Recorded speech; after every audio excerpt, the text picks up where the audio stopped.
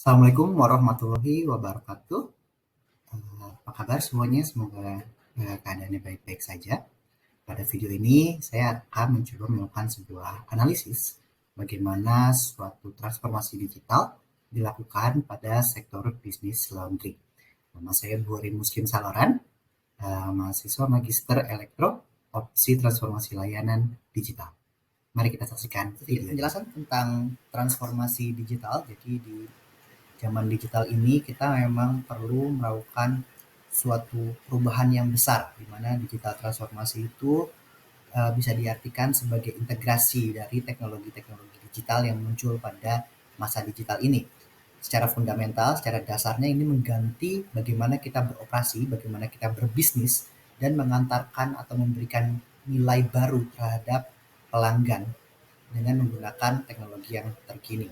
Tentu ini harus bukan sekedar perubahan, tapi harus membawa impact yang besar sehingga terdapat perubahan besar di dalam environment digitalnya. Di Society 5.0 yang kita sasar, tentu ada kesempatan untuk semuanya berkarya, termasuk baik itu 4 generasi yang sekarang ini sedang ada di working class, baik itu baby boomer, milenial, generasi X, dan maupun transformasi digital ini nanti akan mengikuti sebuah framework yang terdiri dari 6 tahap, dari mulai setting tolak ukur kompetitif kita hingga nanti persiapan kita untuk menuju masyarakat digital.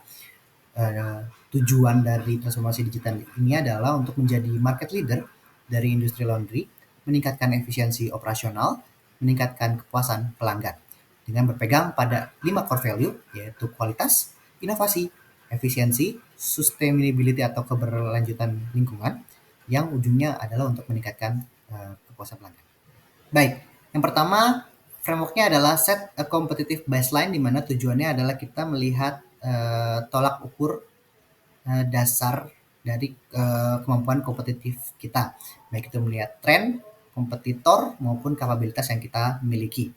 Untuk identifikasi tren, kita melihat dari 6 sisi: demografis, sosial budaya, polhukum, teknologi, makroekonomi, dan global.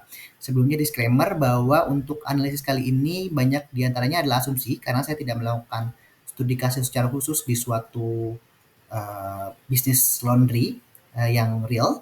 Jadi ini mungkin bisa jadi panduan saja bagaimana melakukan trend identification, competitor identification, maupun capabilities nantinya yang banyak sekali asumsinya. Baik, untuk tren identifikasi kita lihat demografis bisa dibaca, tapi intinya adalah tentu saja masyarakat yang semakin sibuk dan banyaknya kepadatan di perkotaan atau meningkatnya kepadatan penduduk di perkotaan. Untuk sosial budaya kita melihat bahwa masyarakat yang semakin sibuk ini juga tapi mulai ada kesadaran akan menjaga lingkungan. Untuk polhukum mungkin yang bisa jadi pertimbangan adalah undang-undang Ciptaker yang baru muncul, lalu ada juga undang-undang lingkungan, serta nanti undang-undang perlindungan data. Untuk teknologi kita melihat ada tren teknologi, terutama yang sangat marak adalah IoT yang menggabungkan antara physical dan machine.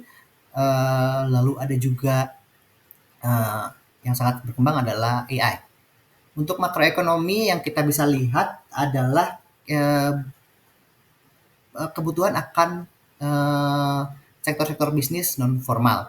Begitu juga dengan globalisasi yang perlu di-highlight adalah misalnya pandemi COVID kemarin yang membuat awareness akan digital itu semakin meningkat. Untuk kompetitor pesaing langsung tentu laundry tradisional kiloan. Lalu yang baru-baru muncul ada laundry mat atau laundry otomatis, kita memasukkan koin nanti dia mencuci otomatis dengan variasi-variasi seperti dry cleaning, ada juga yang antar jemput cucian, lalu ada juga jasa cuci yang terintegrasi dalam sebuah akomodasi, baik itu hotel, kosan, ataupun sebagainya.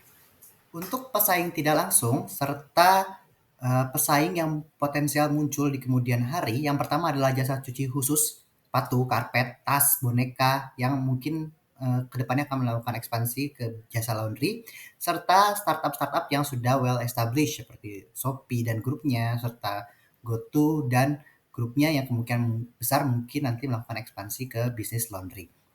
Untuk asumsi di capability identification, kita asumsikan bahwa kita memiliki SDM yang sudah berpengalaman dalam hal laundry. Begitu juga proses laundry yang sudah established dan efisien. Lalu yang selanjutnya adalah sistem informasi yang digunakan masih mendasar tapi sudah digunakan, sehingga untuk nilai tambah atau alignment yang kita buat itu harus berdasar pada sebuah kualitas, inovasi, efisiensi, keberlanjutan, dan kepuasan pelanggan yang menjadi pembeda kita dengan bisnis yang lain.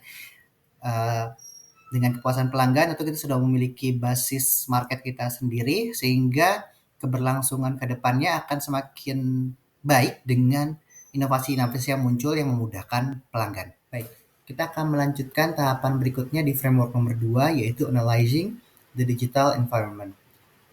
Kalau kita melihat siklus hidup industri laundry itu sendiri, kita dapat mengategorikannya dalam tahap growth atau pertumbuhan dengan alasan adanya teknologi-teknologi baru, terutama misalnya pembayaran digital.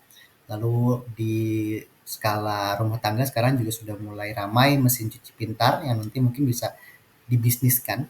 Lalu tentu saja teknologi yang paling utama adalah aplikasi mobile. Lalu ada juga perubahan gaya hidup di masyarakat modern dan urban itu, terutama generasi mudanya semakin uh, memanfaatkan waktu dengan lebih efisien, sehingga chores-chores atau kegiatan rumah tangga seperti laundry semakin dibutuhkan. Lalu ada juga meningkatnya kesadaran akan pentingnya menjaga lingkungan serta keberlanjutannya. Berikutnya untuk siklus hidup organisasi atau organization stage-nya, saya mengasumsikan bahwa bisnis laundry yang akan mengalami transformasi digital ini berada pada tahap mature, di mana dia sudah memiliki stabilitas bisnis, ada pelanggan setia, pendapatannya sudah mulai stabil, lalu punya kapabilitas dan pengetahuan yang cukup dalam menjalankan bisnis laundry tradisional. Namun dia memiliki tantangan, yaitu persaingan yang lebih ketat eh, dari bisnis atau dari lini-lini bisnis yang lebih modern dan inovatif.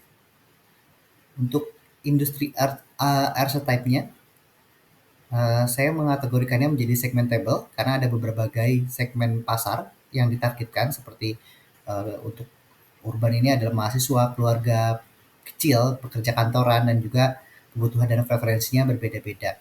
Ada juga berbagai jenis layanan yang ditawarkan seperti kiloan, satuan, cuci kering, otomatis, dan layanan tambahan lainnya. Berikutnya kita masuk ke framework ketiga, yaitu formulating digital position atau memformulasikan posisi digital yang kita inginkan. Dari poin why atau whom atau siapa yang kita akan bahas. Yang pertama adalah ada generic strategy.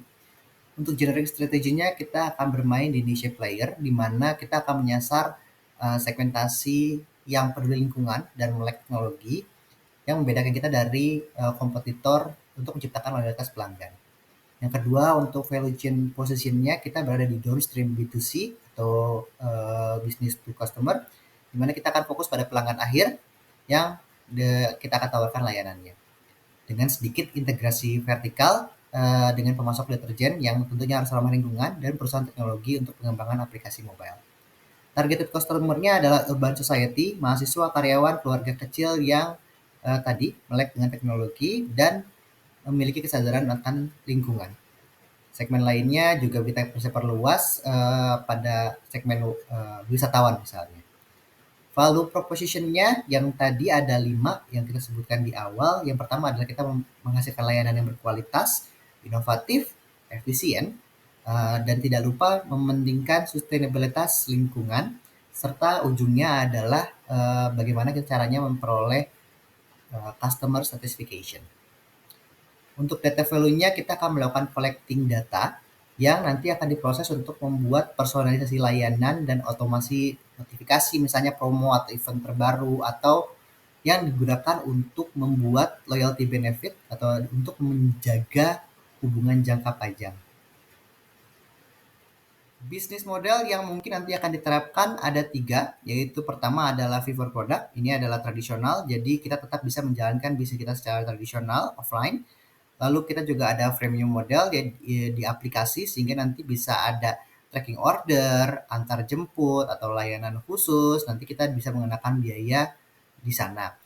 Sumber revenue terakhir adalah kita dengan bermitra pada penyedia atau startup penyedia platform e-commerce atau aplikasi pesan antar seperti Gojek ataupun Grab, yang bisa memperluas jangkauan pasar sekaligus menjaga posisi kita dengan menghilangkan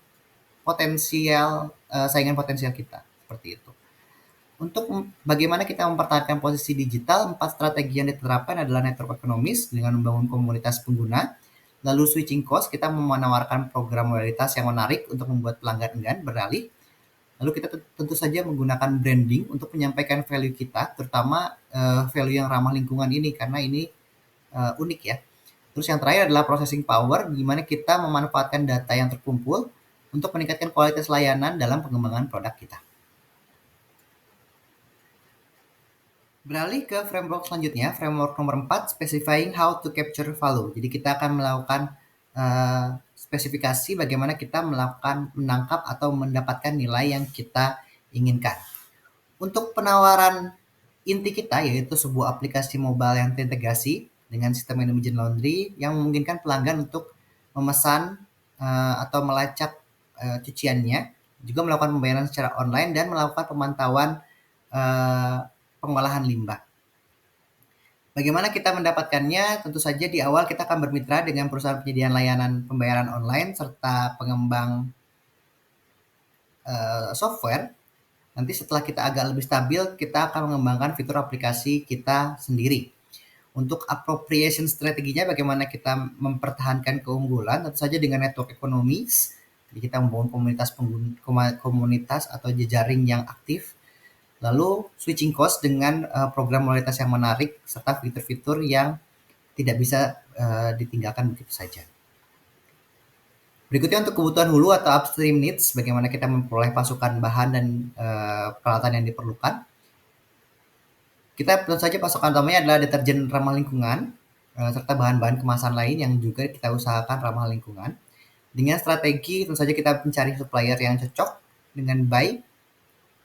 Nah, nanti juga kita bisa setelah memperoleh trust yang cukup, kita bisa buddy dengan bermitra sehingga nanti dapat memperoleh bahan-bahan pasokan serta kemasan yang lebih murah. Appropriation strateginya kita tentu bisa melakukan mencari jejaring, mungkin memperoleh feedback juga dari customer tentang bagaimana kemasan yang ramah lingkungan, deterjen pilihan atau keinginan customer yang ramah lingkungan. Berikutnya kita lihat dari production needs, di mana kita ada kebutuhan untuk mencari mesin cuci yang efisien, lalu sistem manajemen inventaris, dan juga misalnya software akuntansi. Strateginya tentu kita akan buy karena kita perlu membeli mesin cuci dan software yang dibutuhkan tersebut, tapi dengan pertimbangan yang dimana mencari yang paling efisien dan paling ramah lingkungan. Lalu kita juga bisa dapat bukan build mesin cucinya, tapi lebih ke pengembangan sistem manajemen inventaris atau misalnya software akuntansi. Appropriation strateginya tentu saja switching cost, kita membangun sistem yang terintegrasi dan sulit diubah, sehingga itu nanti bisa juga mendatangkan atau menimbulkan kesetiaan pelanggan. Lalu processing power, yaitu penggunaan data untuk pengoptimalan proses produksi. Selanjutnya untuk downstream need, yaitu kebutuhan hilir dari kita ke pelanggan. Pertama ada kebutuhan dari pengantaran cucian, pemasaran digital, dan layanan pelanggan. Strateginya kita tentu saja buddy, yaitu bekerja sama dengan perusahaan kurir online atau jasa antar online untuk layanan pengantarannya, dan build, di mana kita membangun tim pemasaran internal dan untuk menjalankan kampanye pemasaran digitalnya. Strategi yang digunakan tentu saja branding untuk membangun merek yang kuat dan menarik pelanggan baru, serta membangun jaringan mitra yang luas untuk memperluas jangkauan layanan. Framework kelima adalah bagaimana kita merencanakan transformasi digital ini. Ada 4 aplikasi yang direncanakan, di layar mungkin baru tampil 3, tapi kita akan bahas satu persatu. Mobile application ini adalah aplikasi yang nanti diinstal oleh pengguna dan tersambung juga dengan kita, di mana nanti kita menyediakan layanan-layanan secara mobile. Dengan asumsi data yang digunakan adalah data pengguna, data produk atau data layanannya, lalu kita juga punya data-data promosinya, serta data lokasi. Untuk asumsi nilai yang dapat didapatkan dari mobile application adalah, yang pertama adalah kemudahan tentu saja, lalu user experience, serta loyalitas dari customer. Berikutnya untuk eksekusinya, yang paling penting diperhatikan adalah desain user interface dan user experience. lalu integrasi dengan sistem pembayaran, dan yang terakhir adalah notifikasi, supaya notifikasi ini penting dan tidak terlalu mengganggu. Bagaimana kita bertahan dengan aplikasi ini adalah dapat menyajikan suatu pengalaman unik bagi pelanggan dan juga harus bisa integrasi dengan platform lain. Berikutnya untuk aplikasi manajemen sistem, ini sifatnya berarti lebih ke internal, bagaimana sistem membantu kita untuk memanage bisnis. Asumsi data yang digunakan itu data operasional, kita juga tetap memerlukan data pelanggan, data mitra, serta data inventaris. Nilai yang ingin kita dapat dari manajemen sistem itu adalah efisiensi operasional, lalu bagaimana itu membantu kita membuat suatu pengambilan keputusan, serta bagaimana kita memastikan bahwa penggunaan bahan dan sebagainya mendukung keberlanjutan pada lingkungan. Berikutnya untuk eksekusinya yang paling penting adalah infrastruktur dari sistem informasi itu sendiri, serta bagaimana dia tiap sistemnya terintegrasi. Jika berhasil, maka ini akan membantu kita bertahan di pasar karena kita memiliki keunggulan kompetitif yang dapat menjadi hambatan masuk bagi bisnis-bisnis yang lebih baru. Berikutnya untuk aplikasi ketiga, pemantauan lingkungan, ini sejalan dengan value kita yang sustain, di mana kita bayangan saya adalah kita bisa langsung melihat bagaimana perusahaan telah mendukung lingkungan melalui data-data yang real time. Dimana berarti kita asumsinya kita bisa memperoleh data sensor, bahan kimia yang digunakan, apa aja, terus bagaimana kita mengelola limbah. Value-nya tentu saja utamanya adalah keberlanjutan atau ke sustainability lingkungan, lalu kepatuhan kita akan regulasi, serta penghematan biaya dengan misalnya pengolahan air yang reusable. Apa yang penting dari dieksekusi pertama adalah berarti kita harus memiliki perangkat keras yang sesuai untuk misalnya membangun suatu sistem IoT yang baik, dan harus ada juga expertise di bidang lingkungan. Bagaimana kita bertahan dengan menggunakan aplikasi ini, tentu saja reputasi merek, branding, itu penting walaupun tetap tujuannya utamanya adalah bagaimana kita membantu mensustain lingkungan. Dan kita bisa juga memperoleh keunggulan kompetitif dari sana. Aplikasi terakhir yang masuk ke dalam rencana ini adalah aplikasi dashboard analitik, di mana kita asumsinya memperoleh data operasional serta data pasar dan mengolahnya untuk mendapatkan sebuah value, pengambilan keputusan, dan identifikasi dari peluang untuk tentu saja melakukan efisiensi pada operasional. Eksekusinya tentu saja kita harus mendapatkan tools, analisis, serta expertise yang baik dalam melakukan olah ini. Dan nanti ujungnya akan membantu mempertahankan posisi kita secara kompetitif dan juga dapat mengembangkan produk kita jadi mungkin lebih berkualitas atau lebih variatif.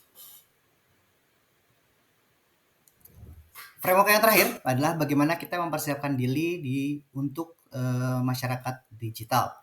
Dari semua rencana transformasi kita ini ada 3 hal yang harus menjadi PR bagaimana kita mempersiapkan diri di masyarakat digital. Pertama, isu yang sekarang sedang banyak dibahas adalah mengenai keamanan dan privasi data. Lalu tentu saja seiring dengan semakin besarnya peran teknologi, ada problem ketergantungan teknologi, serta yang bisa muncul ketika proses transformasi di digital adalah kapabilitas personil.